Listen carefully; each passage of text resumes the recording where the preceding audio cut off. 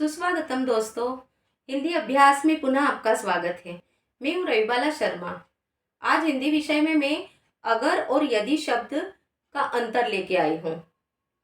हिंदी शब्दावली में अगर और यदि में कोई अंतर नहीं है, लेकिन प्रचलित शब्द अगर ज़्यादा प्रयोग में लाया जाता है। तो ये तीनों कालों और तीनों काल की वाक्य क्रियाओं में इसका प्रयोग किया जाता है।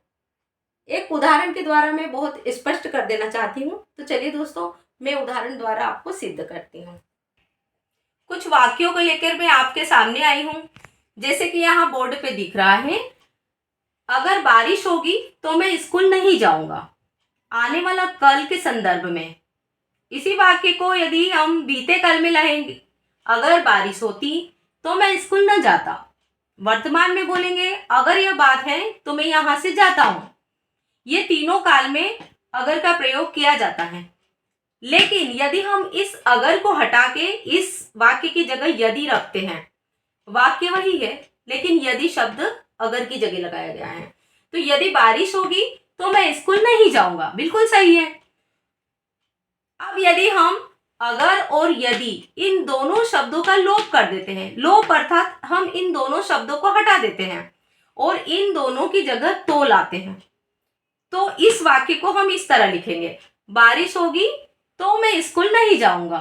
यहां न तो अगर आया है और न ही यदि।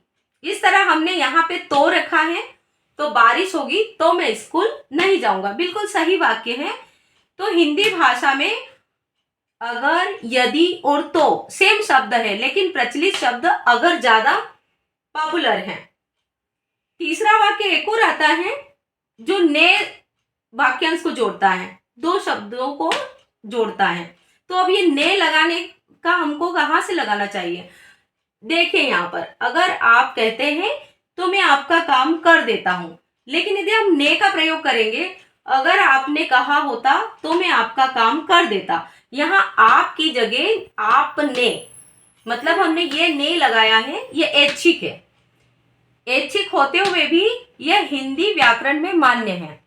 तो अब आप समझ ही गए होंगे इन सब वाक्यों के प्रयोग को। तो आज का वीडियो पसंद आया है तो मिलते हैं अगले वीडियो में। जब तक के लिए जय हिंद।